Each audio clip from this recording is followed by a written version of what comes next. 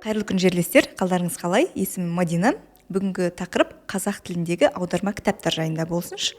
Себебі шамамен 6-7 жылдан астам уақытты кітап сатумен айналысып келем. Сондықтан да бүгінгі тақырып кітаптар жайында болмақ. Ежелгі Рим ойшылы Марк Цицерон былай деген екен: кітап оқу жас кезіңде қуат береді, қартайғаныңда көңіліңді көтереді, бақытыңды еселейді, қайғыңды жасырып, жұбаныш сыйлайды.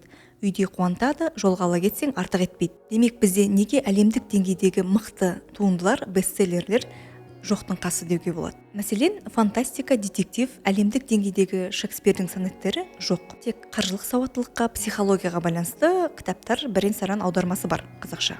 Кейде ойлаймын, бәлкім бізде аудармашыларға қаржыландыру аз ба, әлде сұраныс жоқ па? Мысалы, меломан кітап дүкеніне кіріп қалсаң, орыс тілінде Рембрандттан бастап Джейн Остин, Дэн Браун, Стивен Кинг, Стендаль, айта берсең шексіз.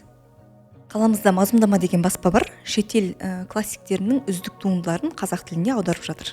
Бұған да Құдайға шүкір дейік. Сондықтан да айтарым, кітап оқыған адамның өмірге деген көзқарасы өзгеше болатыны анық. Келісесіз ғой? Бізден кішігірім кеңес болсын, сіздерге айына бір кітап сатып алып оқысаңыз, өміріңізде үлкен нәтиже көрсететіні анық. Білесіз бе, сыйлыққа берген кітаптан қарағанда өзіңіз сатып алған кітап өте тиімдірек. Себебі табиғатта энергия алмасу деген түсінік бар. Демек, энергияда бір күйден екінші күйге өтеді деген физикада заңдылық бар. Дәл сол сияқты сіз кітап сатып алған кезде өз энергияңызды ақша түрінде бересіз. Сол себептен де мықты көрсеткіш болады.